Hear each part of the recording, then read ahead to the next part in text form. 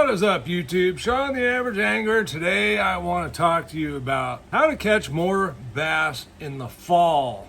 Especially now, like early fall for most of us in the southern half of the country. Our summers can be prolonged heat-wise during the day, but of course the nights are getting longer. It does trigger these fish to move towards fall patterns. And on my local bodies of water, that's what's happening. As some of you know that may have watched my last video that I did the report after Clear Lake, we had cooling temperatures. Daytime in the 80s, overnight might dip down into the 40s. And of course, just like normally happens when you plan a fishing trip, a few days before I was leaving, up went the temperatures. Now, did it make the fish not bite? No. The fish still bit. However, it did change the fish quite substantially. The flip bite completely went away. Now, what happens in this situation and how can we catch those fish still? Well, a lot of time, two things are going to happen. One, they're going to look for shade, so you're hard covered. If you have docks are the obvious spot. The fish seem to have abandoned the tules, bulrushes, reeds, whatever you want to call them, which would have given partial shade, but not necessarily really what they were looking for. The other thing was the docks that were closer to deeper water seemed to be the better docks. Didn't mean there wouldn't be fish on all of them or some of the other ones, but we did find that there was a better population of fish on those deeper docks or close to deep water. Close, like a tail kick or two, and they're down there, okay? There's still a lot of ways to catch these fish, and a lot of times if they don't have either of those two things available to them, they're going to move to the closest drop, okay? Doesn't have to be a lot. If they were in 2, 3, 4 feet, hey, maybe they're moving to 6 or 8. It's still fall. The fish are still charged up. They're still in a chasing mode because it's fall and they know they need to get the feed bag on. So we can pattern those fish in a number of ways. Now, if this bite, the square bill, disappears, which it did, then you may just need to go a wee bit deeper. This is a Lucky Craft FatTZ DR. Wide action, 3/4 ounce. Believe it or not, that is a 9-foot bait. This is table rock shad. Awesome looking color. You can use it in a little dingy water to clear. The other way we caught them really well around those docks, the dock fish seemed to be completely different than the fish outside of the docks. That was on a jig, okay? This isn't the one I was using, but I'm showing you. It was a compact jig, much like this Dirty Jigs here, in brown and purple. Now, I was getting bit on a Berkeley chigger crop, but they weren't really committing to it. So I ended up breaking that jig off, and I ended up going to the Yamamoto 3.75 Flappin Hog. But I didn't put it on whole like that. Grabbed the appendages and pulled them off like so, okay? Because remember, I'm throwing a compact jig, so I'm trying to keep my bait compact.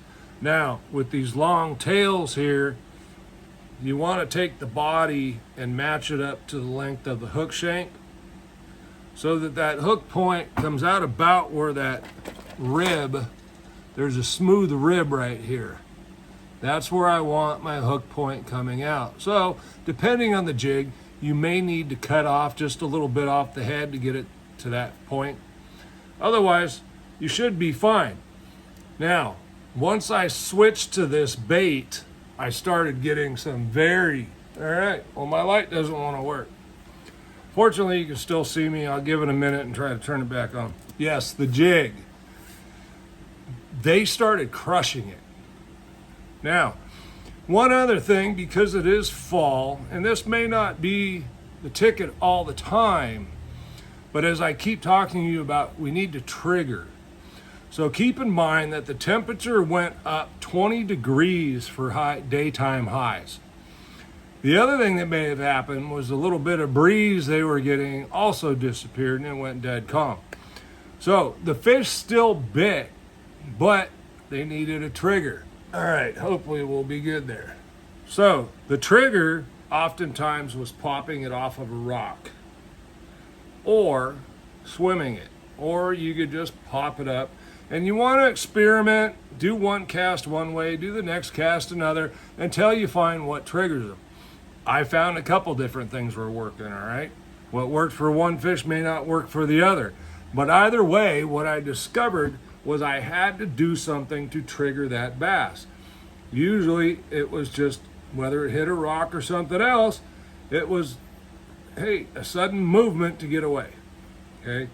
It could be a nice slight pop of the rod to make that jig jump up and go back down. You could slow reel it and stop it. There's a lot of different things you could do. Don't want to get into too much of that today, but again, it is a triggering factor. So if you're not getting bit, start experimenting with things before you give up on a bait. Early on, I got bites on the jig, but they were very, very tentative. I picked up a swim bait, threw it in there, and that fish choked that swim bait. So sometimes you just need to figure out what they want, okay? The other reason I really like this slender profile is there's nothing here to grab onto grass, wood, if you're working it through branches, which is where I found a lot of fish, was on docks with brush under them. And this just came through it a lot better. The fish that were deeper, not as affected, right? Much like winter cold fronts or springtime cold fronts, the deeper fish aren't going to be as affected as the ones that had already moved shallow and were on that bait. Now, the deeper fish are on bait. They are feeding up. So there's a couple ways to get those. The jig was one. The biggest was cranking, okay? Something like a 6XD to 8XD. Anywhere in that range, you're probably going to get in the depth range. The other thing you can do, and what was really effective, was the rattle baits. These are Spro Aruku Shad 75s. These fall up and rattle as they go down, and then they stand up on the bottom. So these are pretty cool. These are pretty much the two colors I use this time of year. This one's called Spooky Shad. If it's in an LV, it's pretty much a ghost minnow. And then this one is called Western Craw, which is your typical Delta Craw, Rayburn red type color. I keep it pretty simple. We don't need a whole lot of different things. A shad and a craw. Now, what I did notice was a lot of these fish were rooting for craws. They still had long teeth, so they just shred your hand when you grab them. But they also had red lips from rooting and eating craws. There's a little bit of a transition there this time of year where you'll get groups of fish, especially females, that will really start looking for craws. Now, what about the other way around? What about if we get a cold front this time of year? It depends on your water temperature, first of all. Now, our water temperature at Clear Lake was mid-70s, okay? Cold front in this case is going to trigger the bite. It's gonna fire them up. It's gonna get the shad moving. It's gonna get the bass chasing, and the bite is gonna be on. And then we can throw those Aruku shads. We can throw some LVs, some Jackal TN 60s or 70s. We can go to the square bills, right? This is a Megabass Sonic side. It's a flat side. And that is a Lucky Craft LC 2.5 in their crappie pattern, actually. But it's a shad pattern, okay? I mean, yes, it's crappie, but it's got the colors of shad. I don't think the fish inspect it that closely. They just see a bait fish that size going through there, and all right. Now, if the water temperature is already low, and there is a certain point in the water temperature that will trigger these fish, and they're gone.